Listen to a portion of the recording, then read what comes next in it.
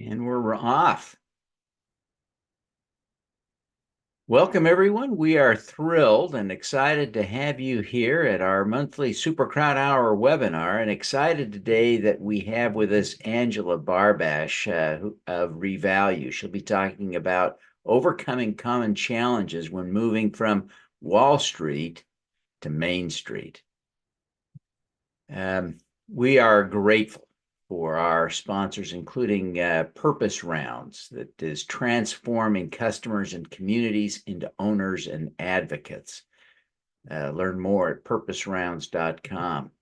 Halyard Compliance is a great resource for staying compliant, whether you're running a crowdfunding portal or running a crowdfunding offering. These are folks you want to know for affordable guidance on compliance. We're grateful for our supporting co-hosts, including Rotary International, Move the Needle with Rob Kaplan, the American Independent Business Alliance, Funding Hope, and Ridgecrest Herbals. We're grateful to our co-hosts, the Crowdfunding Professional Association, the Gig Group, Jenny Casson, the Casson Group, Dakin Capital, Community Vision Solutions, Crowdfund Main Street, and CrowdMax, who are all supporting our work. I want to thank Chandon, our producer here at the Super Crowd. He helps us with all of our events and productions, and we're so grateful for his tremendous leadership. We're talking about money and finance today. I want to remind you all that no one here is your financial advisor. We're here today in the capacity of educators providing information. If you want financial advice, you should engage a financial advisor. And of course, Angela is one, and I think she'll talk a little bit about how you can engage her as your financial advisor. We're going to talk a little bit today here in the Zoom. You may be watching via YouTube, and we're thrilled if you are.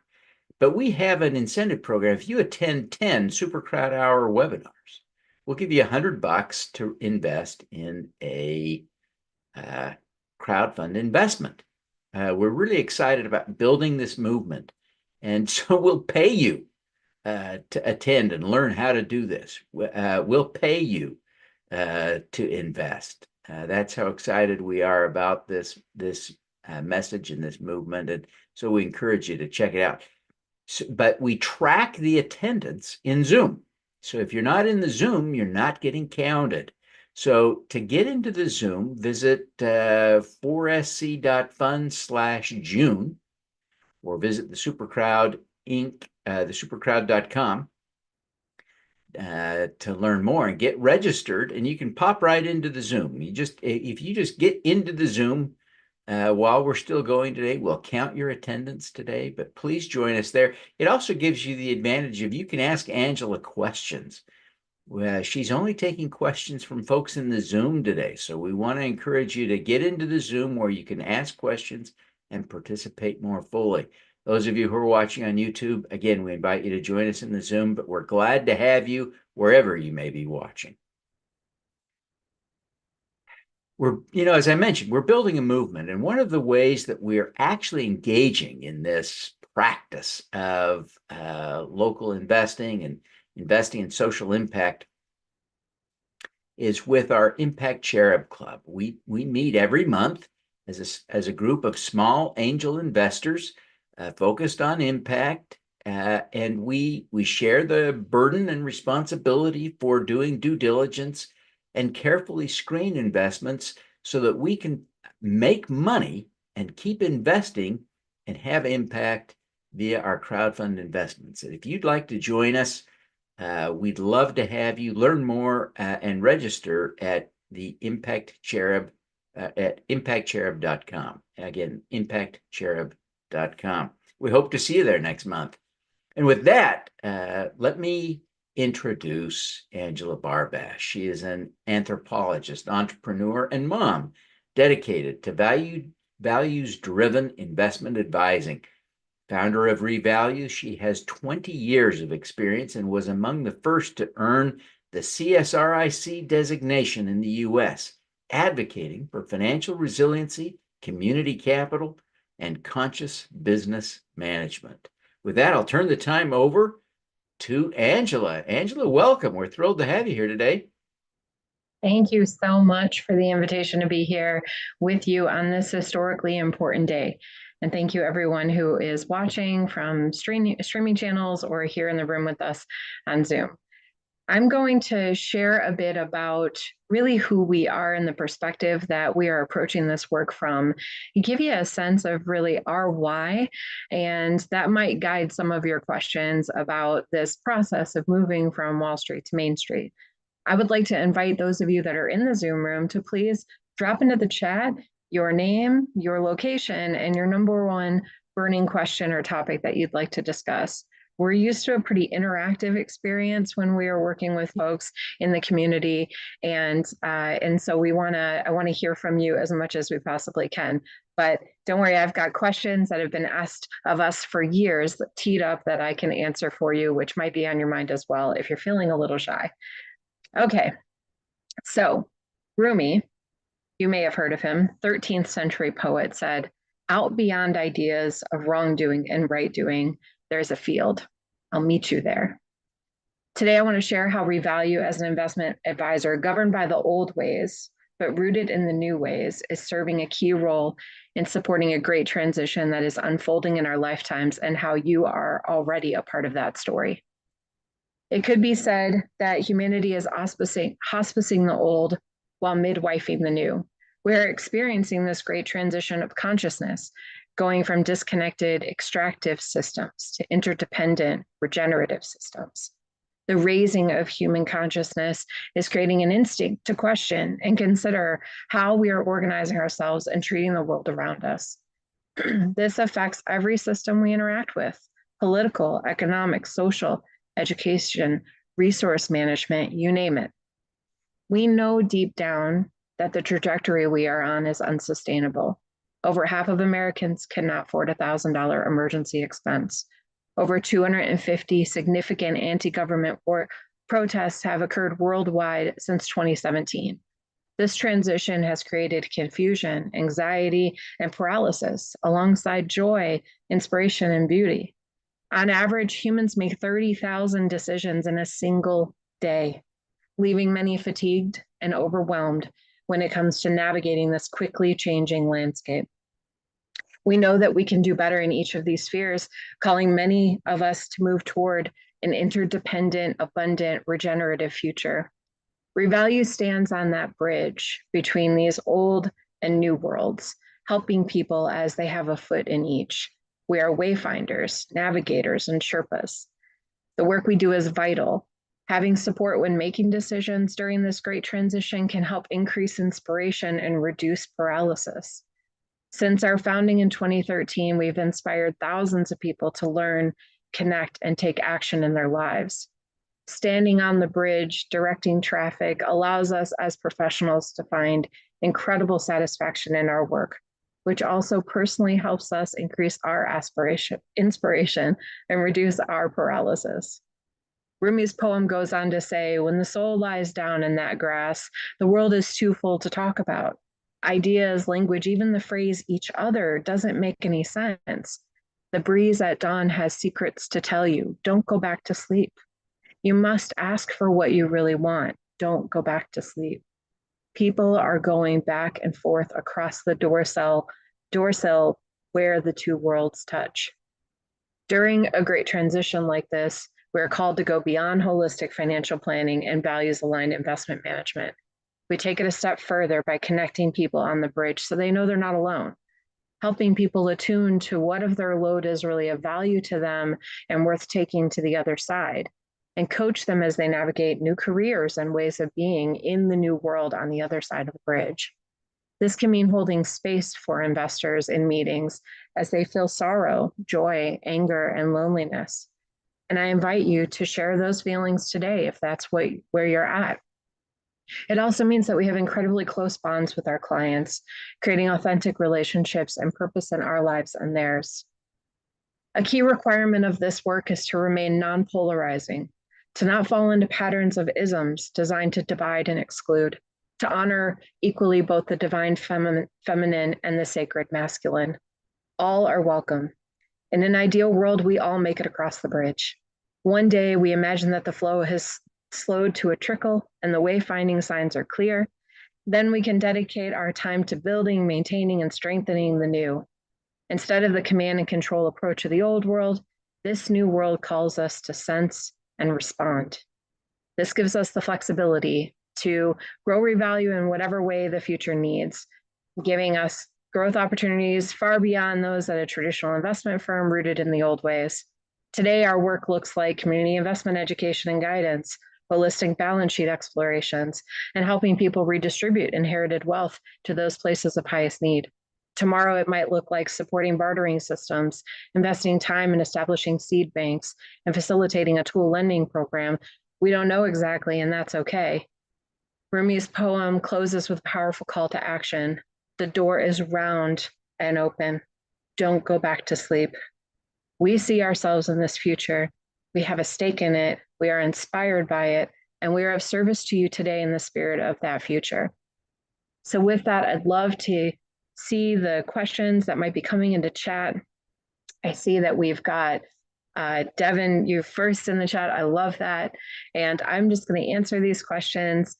Feel free to respond to my responses. If you want to know more, you want me to go in deeper on any particular point that I make. So Devin is talking about how the emotions that he's feeling, that anxiety about moving assets from IRA assets into local investments. The fees seem to overwhelm the returns. That is absolutely true. We have found in our experience that until an investor has about $25,000 in a self-directed IRA, the fees overcome the returns, especially for a lot of newer investors who feel more comfortable with fixed income investments, those notes, maybe CDFI notes or other organizations that are community lending organizations in your community that are not CDFIs, which is a community development finance institution. They tend to pay lower rates, maybe 1, 2, 3, maybe 4%, but not typically more than that. And the fees in a self-directed IRA can include an opening fee, a placement fee, an annual fee on each asset, and an annual fee for the entire account. I wish I had great solutions that were available to everyone. I can say that through very heavy advocacy with one particular institution, we have forged a good solution that keeps costs down, but it's only available when you go through an advisor working with that institution, which I think is one of the barriers in the infrastructure that is slowing the flow of IRA or retirement assets from Wall Street to Main Street. Because that threshold of 25,000 or having a limited number of investments in the account is hard for people to meet, especially when half of Americans have less than 100,000 in assets. So my best advice is that if you have the ability to set savings aside, maybe even stop contributing to the IRA, and there's a lot of good financial planning reasons why that might be a smart move, depending on your particular situation. Instead of contributing to the IRA, you can put that money into a taxable account and then just write a check. It's much easier. You're not dealing with fees. You're not dealing with a custodian who's standing in between you and that issuer. So sometimes that becomes the better solution. Sometimes having a limited number of investments is the better solution.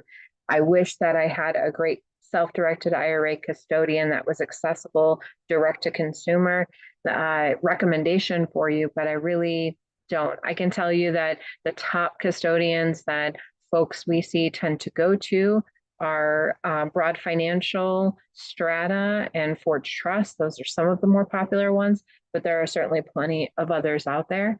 And we have a helpful tool that I can share with Devin afterward.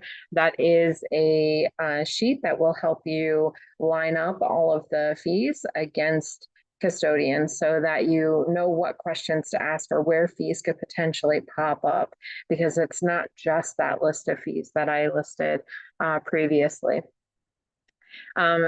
Devin's got a great follow-up question. Is there a good tax efficient strategy for taking money out of an IRA? If you're technically over the age of 59 and a half, then you're really looking at just paying the income taxes on the distribution from the IRA. And if you're talking about traditional IRA money, in fact, there are, one of the reasons why you might even consider doing this if you're over the age of 59 and a half is because depending on when you were born, at sometime in your mid 70s, sometime between ages 73 and 75, you will be required to take distributions out of the IRA anyway.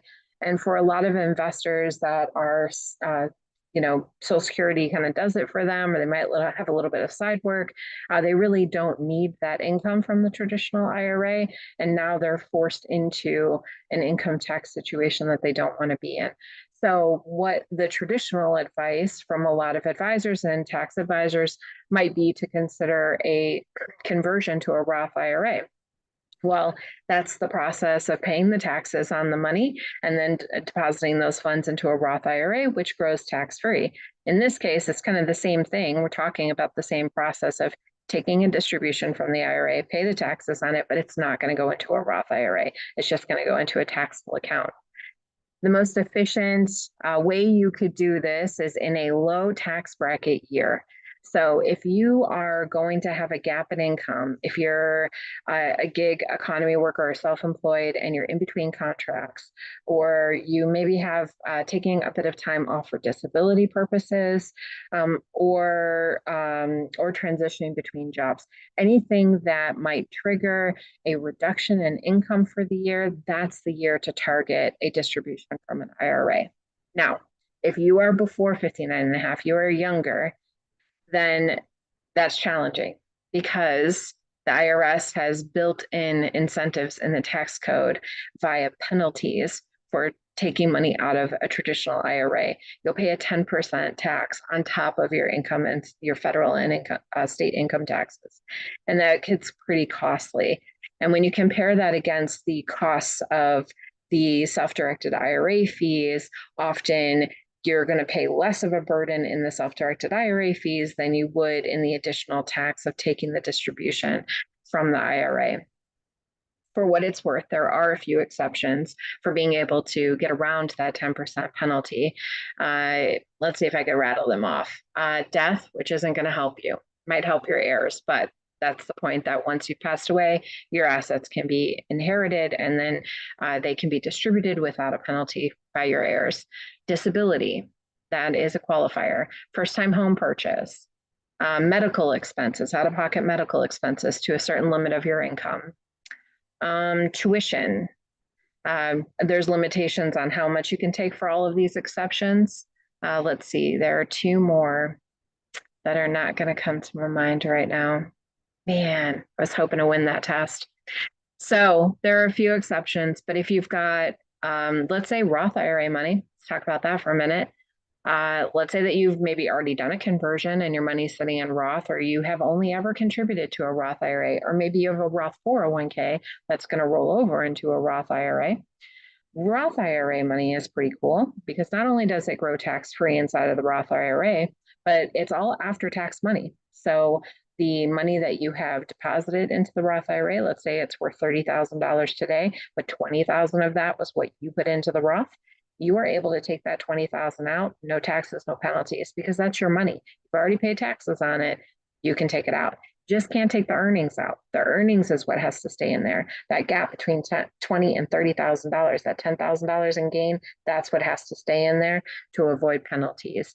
After 59 and a half, you can take that 10,000 out and you're not going to pay any taxes on those gains, which is pretty dope if you ask me. All right, hopefully there's a couple good tidbits in there that can help you, Devin, and those that you get to talk with. Okay, Gail, California, thank you so much. How do I learn more about doing due diligence on crowdfund investments? Ooh, such a good question. Okay, so there are some educational programs out there. There are do-it-yourself, self-paced courses, and then there are more interactive live discussion, do it in community with others. I'll call out some of the people that have resources out in the world.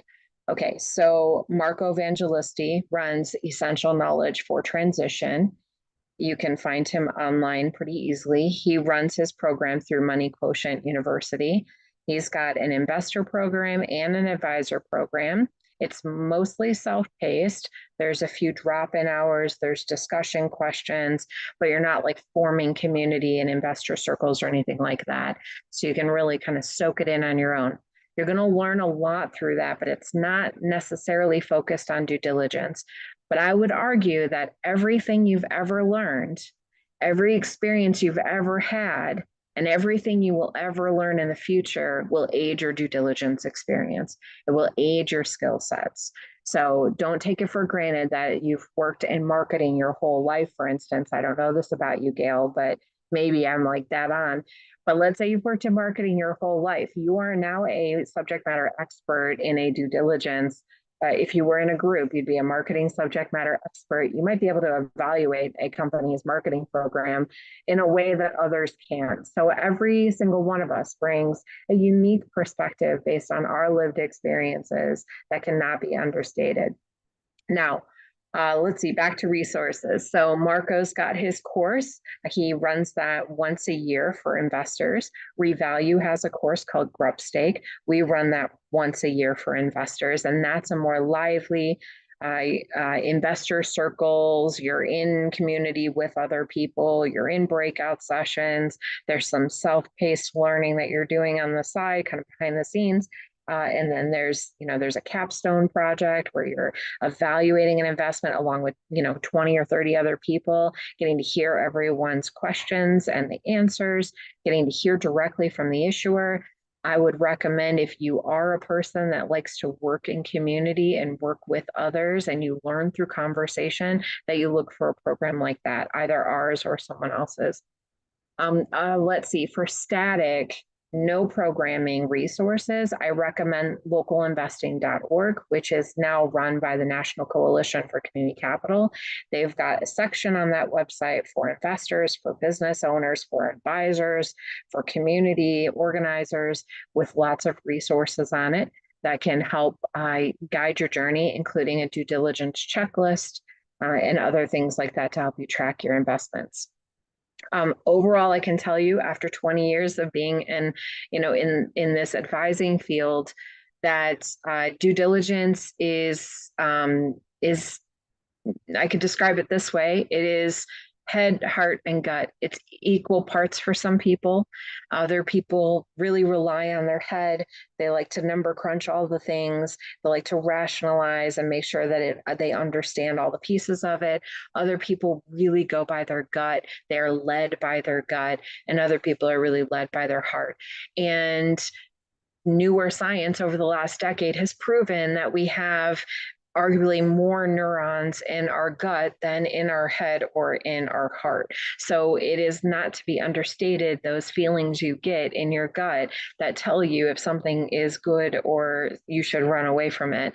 So I want to encourage you to see those feelings and those intuitive senses. Back to how I opened this talk, we're moving into a space of sensing and responding. I want to encourage you to see those as valid and incorporate those into the due diligence process for you. Another good resource I can point you toward is the Due Diligence 2.0 commitment, which is a Google search that you can do. And that will give you a set of principles that have been signed off on by probably about 100 firms now, Revalue included, that are essentially how to do due diligence in the new just economy, and walking away from the old economy that looked at historical returns or manager experience in terms of, how long has the fund been around, or, it would wipe out that the old methodologies wipes out a lot of the crowdfund investment opportunities today, because they're newer companies or newer fund managers. They're people that have not had the opportunity to really lead in the capital markets before. So we really can't go by those old methodologies. I would say, lastly, on this topic, that the thing that tends to trip people up the most is the financials. That is something that is hard to teach, because there is so much of a story that the financials can tell. And it's through experience, lived experience, that you get to see more dimensions of those stories that you might not have otherwise seen originally. So even for myself, after 20 years, I still see something on a financial statement, on an income statement, or a balance sheet, profit and loss statement, which are your three, kind of primary financial statements. I might see something and say, what's that? Why did that happen? Why did it go from that number to that number from year to year? What's the story behind that? Or I don't even know how to interpret that. I need to call my accounting friend and ask them what that term means. That's not uncommon. And so in that case, I would recommend that you connect with a friend who is finance savvy, who maybe has an accounting background, maybe has an investment analyst background, has had experience looking at financial statements, maybe as a business owner or a CFO for a business. Call a friend, right? Don't be afraid to phone a friend. We like to say that community investing is a team contact sport. It requires community, and for good reason, because being divided and siloed is how we got to where we are today. Okay, so let's move on here. Diversification, love it. How does it work in local investing? Yes, in the public markets, it's very easy. How do you build that into a crowdfunded portfolio? Yes. Okay, let's talk about that. So it is a challenge. I'm not going to lie. Even for advisors, it's a challenge to figure out how to create a diversified portfolio. I think a good rule of thumb, this is a public markets rule of thumb that I do think that applies to the private community markets as well. The rule of thumb is to not put any more than 5% of your money in any one place. Now, the counter argument to that, to diversification writ large, is that people who diversify just don't know where to put their money. Because if you knew what was going to win, you'd just put all your money on what was going to win, quote unquote, or succeed. Let's say succeed. And I think we all know by now, hopefully we all know by now, that no one has a crystal ball. No one can really predict what's going to happen, which investments are going to be successful, because there are risks that are completely outside of the control of what anyone can really fathom. And we never know. And it can happen on the good or the downside. For instance, did anybody see AI blowing up in the last 18 months and like completely leading the public markets and the venture markets at this point? No, I don't think anybody could have predicted that 2.5 years ago, but here we are. So back to diversification. I do believe that the 5% rule is still valid. Now, that could mean that you have 20 investments in your portfolio, which is a little overwhelming when you try to just get 20 investments in your portfolio right out of the gate. So I recommend for most folks to take a slow and measured approach. Most investors that we've encountered over the years take about 3 to 5 years to build out their portfolio. But a lot of people come to us with the expectation, when they've not known much about this, they're just excited and inspired. They come in the door with an expectation that they're going to deploy all that capital in the first year, maybe the first 2 years. And then we are, as we teach them, we're like, this is going to take a lot more time because you've got a lot to consider here. They realize that can take 3 to 5, maybe even longer. So what I would recommend is finding an institution that is a good place to hold the cash that you are waiting to deploy to build out that diversified portfolio in a way where the institution that you choose is in itself an impact investment. A good example of this, and this is not an investment recommendation, I will say that probably at least 3 more times today. A good example is Self-Help Federal Credit Union. So Self-Help has, for instance, a Go Local CD. And that money is targeting that local community. Now, maybe you care about where they are in North Carolina. Maybe that's not your jam because you're in Oregon, and that's not going to be the institution for you. But there are Self-Help Federal Credit Union is a CDFI. There are lots of CDFIs in the country that have cash deposit programs, CD programs, or short-term 12-month note programs. Another good example would be the Calvert Investment Note. Again, not an investment recommendation, but these are examples of where you can hold your cash, you can have an impact while you wait to deploy, and then take your time to deploy that portfolio. Now, in terms of the breakdown of like how many positions in each asset class, a general rule of thumb I can tell you that we try to stick to is, if we're talking about the equity side of the portfolio, at least 4 positions. If we're talking about fixed income, which could include CDFI notes, community loan funds, loans to friends and family, like refinancing someone's student loan debt, refinancing someone's mortgage. Those are very popular ways of circulating capital, and it's technically a security, it's technically an investment in your portfolio. I hope you all are thinking about those kinds of things like that, not just Reg CF offerings, regulation crowdfunding offerings, but in the fixed income side, 10, somewhere between 6 and 10 positions could be great. And then if you're including a real estate component in your portfolio, a couple is good. I mean, real estate deals are pretty big. They usually require higher amounts of capital, but they're secured by physical assets. So you're taking risk. We're always taking risk, but having a secured investment secured by assets is a bit less risk than what we might see in other investment avenues like equity. So those are a couple of guidelines, and hopefully an approach that can work for those of you that are struggling to build out a diversified portfolio right out of the gate. Just remember, you can deploy that first 10% into your first 2 investments, 5% in each, and park the other 90% in a CDFI.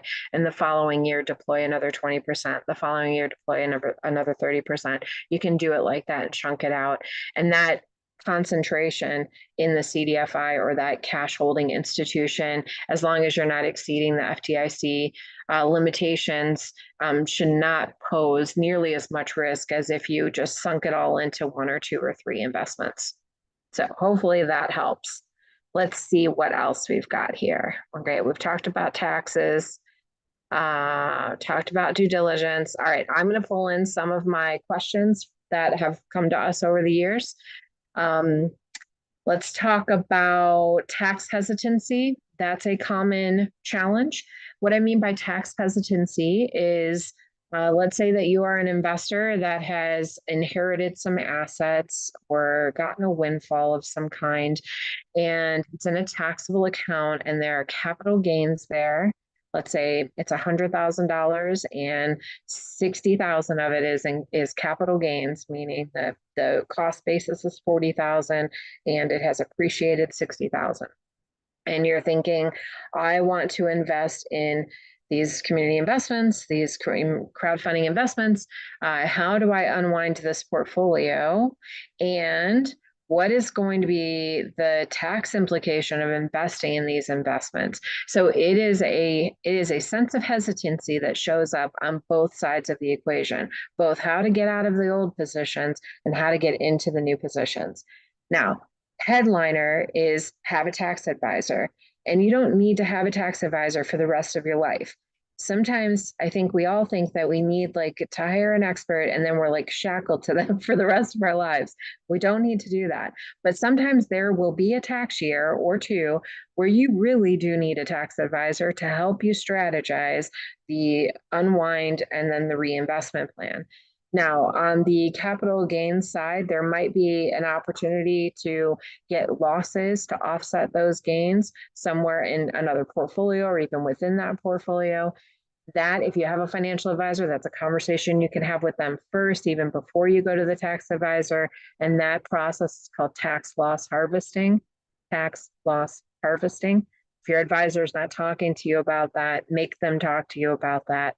So that can be a way that you can manage the tax impact of getting out of the old investments. Now getting into the new investments, the important question to ask the issuers is, what tax statement should I expect after the close of the year for this investment?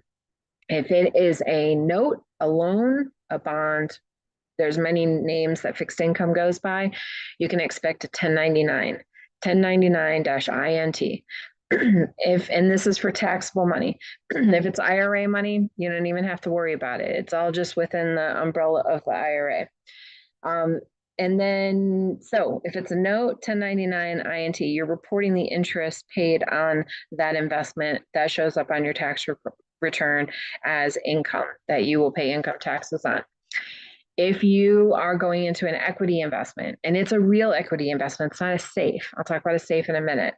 But it's a real equity investment. You have common stock or you have preferred stock, preferred shares, then you can expect potentially K1 is what you would probably get at the end of the year. I say potentially because there can be many different ways that companies are incorporated, and I'm not a tax expert. So the K1 is the most popular, most common tax form that shows up, but I have encountered investors who get forms that are brand new to me and we have to call the tax advisor.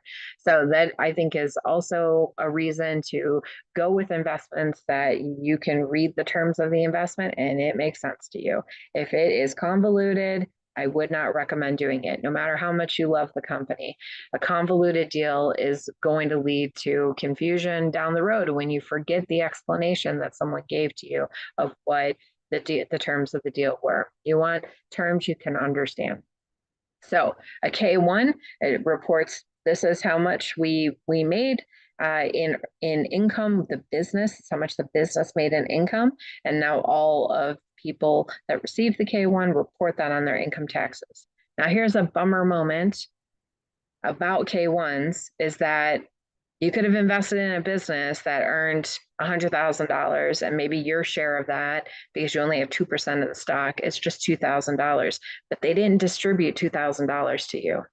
But depending on how they're incorporated and how they've got their tax status set up, you might need to pay taxes on the $2,000, even though you didn't get the $2,000. This is a real bummer and it happens. So that's why it's important to ask your tax advisor or get a tax advisor to start to understand how these things might impact your personal tax situation. And when you're considering an investment, ask the question, what should I expect in tax forms? How does that work? Walk me through it. And if you're not getting answers, that's a great reason to walk away. So that hesitancy or these dynamics tends to create hesitancy that makes people feel inert. They don't want to take action because they're not sure what action to take and they feel overwhelmed. But just know that there's an entire world of people waiting to serve you for this conversation. Yes, okay. Investing in Black founders, how would you approach that? Well, I will say two things, and it might be helpful to know that I am Indigenous myself. I don't like to be a box that is checked on someone's checklist, and I don't like to be treated differently than anyone else, than any other founder. I will tell you, though, what does tend to happen in the community investment world, much like the venture capital world, even when we try not to do it, and this would be where I would recommend that there's some sensitivity on the part of the investor, is that Black and brown founders and women founders tend to get more questions asked of them. The answers get scrutinized more heavily, and they tend to have to spend more time engaging with investors, which takes them away from their business, than other founders. So I would recommend for anyone who wants to support BIPOC founders, especially Black women founders, but all just BIPOC and writ large. I would recommend that you really be thoughtful about the questions you want to ask and how much time you're asking the founder to give to you. There are many demands of a business, and I see it over and over again that investors will ask a lot of questions. They'll eat up 2-3 hours of time from a Black founder and then never invest. And that is a form of extraction. So I would advise that you check yourself to make sure that you're not eliciting the same extractive behaviors that we are trying to walk away from. Other than that, a Black founder is a founder. They're a founder, right? You work with them the same, hopefully that you would work with every founder. I'll leave it at that. Okay. Someone has previously asked, not in this forum, asked us, how is equity paid back? And this is a good opportunity to talk about a SAFE, a simple agreement for future equity. So when you do an equity investment, there could be a few different ways that you get paid back. Usually, required in the subscription agreement and the offering memorandum is information about triggering events that will lead to a payout to investors. The most common triggering events will be that the company has been acquired, so it's had an exit, and that acquisition could be a merger with another organization. It could be an acquisition from a bigger competitor, or it could be they could have gone IPO. They could have gone public. All of those are exits, and in that case, then value is returned to shareholders. And depending on the terms of the deal, it could be that just the value of your shares have now gone up. And if they've gone in the public market, maybe you've got the liquidity that you need to sell the shares if you want.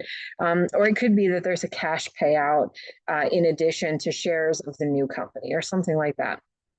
Another way that equity investors could be repaid is through if there's a convertible option in the agreement. And so there may sometimes be an option to convert equity to debt and then get paid back on a debt schedule. And that can be really helpful for people that really want to exit the position, but the company is not at an exit point yet. And so if your time horizon does not match up with what the company's time horizon for their roadmap, how they've articulated that, if those don't match up, then asking about a convertible option might be good for you. So just to explain it maybe a little bit more about that, let's say that the company is like, we're going to take 5 to 10 years to try to build this thing and like make it happen, make the plane fly. And you're like, feel like I might need my money back in like 3 to 5 years.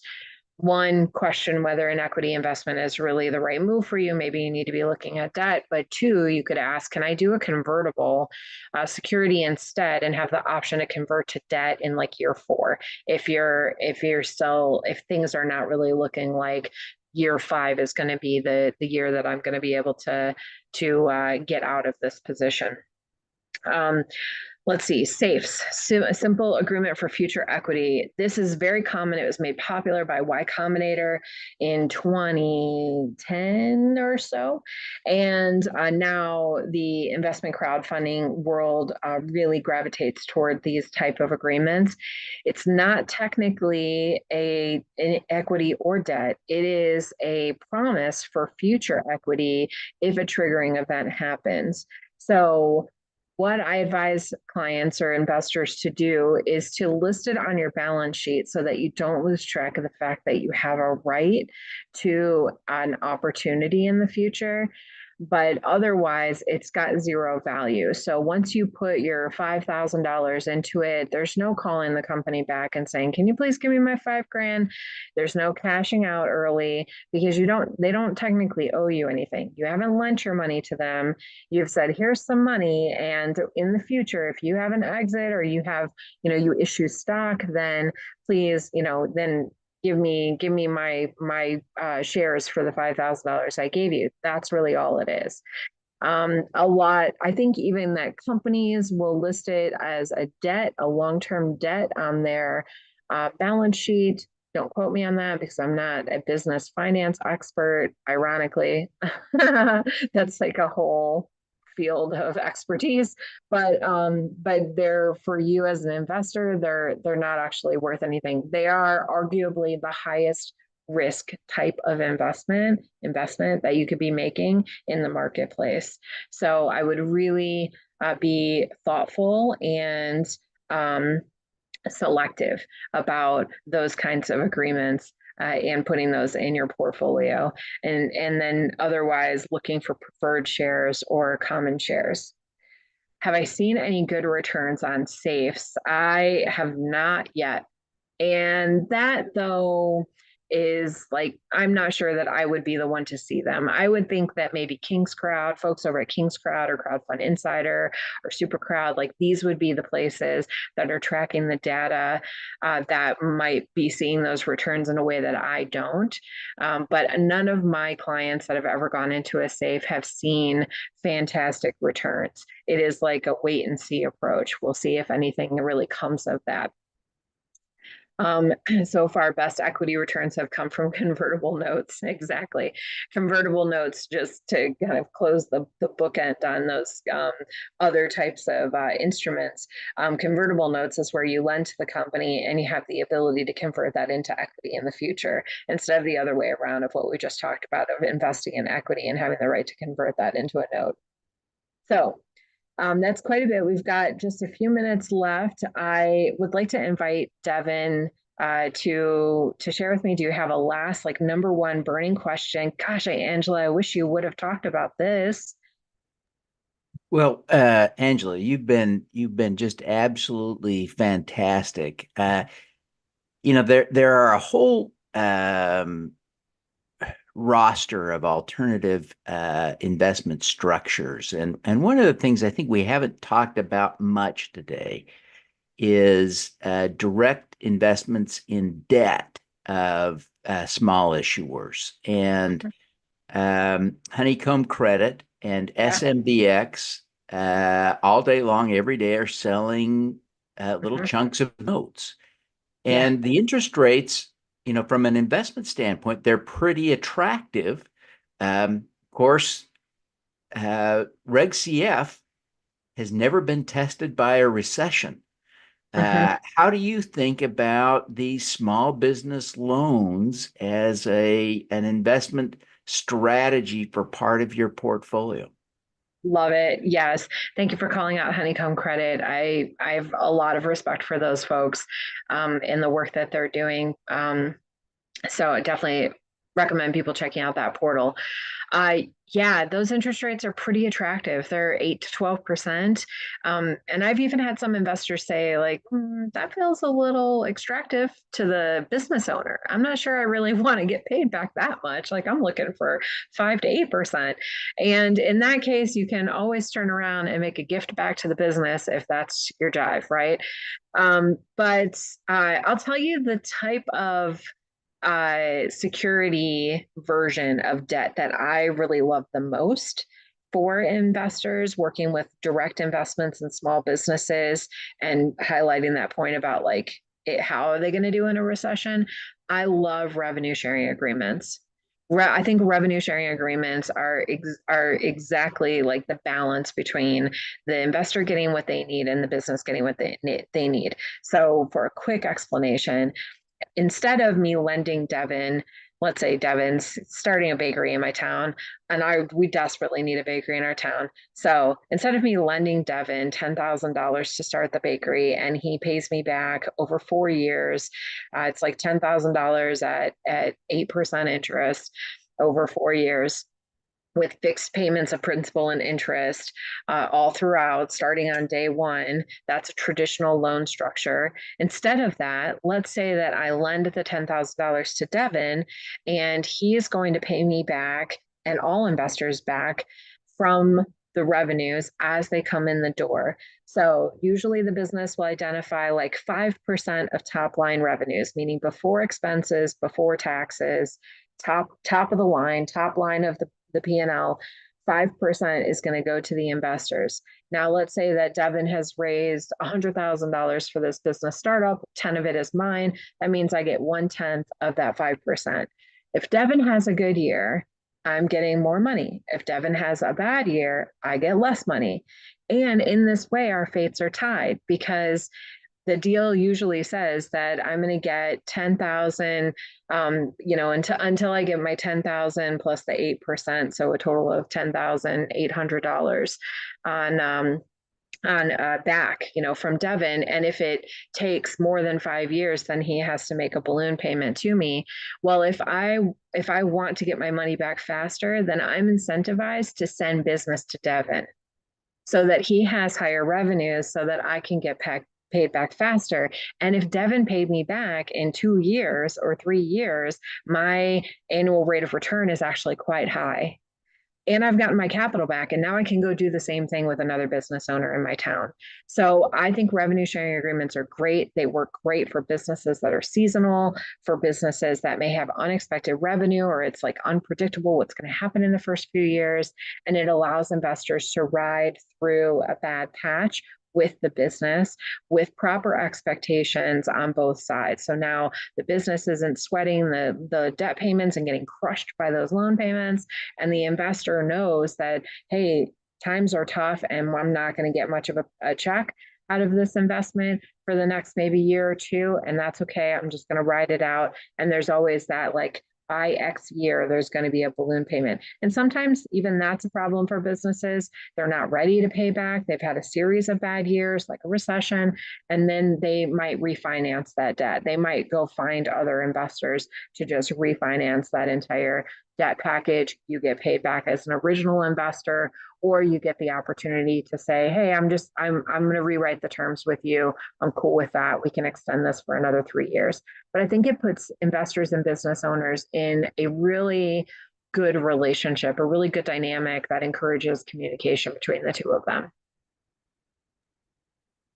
That's fantastic. Angela, do you want to share any final concluding thoughts? Well, I appreciate everyone being here today in the room and listening on live stream. And for those of you that might find this broadcast later, if you'd like to learn more about the work that we do or even join our community, you can hit us up at revalueinvesting.com. You can schedule a meeting right there on our website. And soon, in just a few weeks, you'll be able to enter into our community very seamlessly right through our website without having to have a meeting and get resources right away, including a free access point into our community to get resources. So we're really trying to keep ourselves as accessible as possible while also keeping our sanity and our health in good order. Fantastic. Well, Angela, thank you so much for taking the time to be with us today. What great messages. It's just it's just priceless for us to have the opportunity to listen to someone who is so nuanced, so expert. And so we thank you very, very much for bringing the insights, the power that you brought today. And we want to wish you every success in the great work that you continue to do. Great. Thank you so much, Devin. And you all have a great holiday. All righty.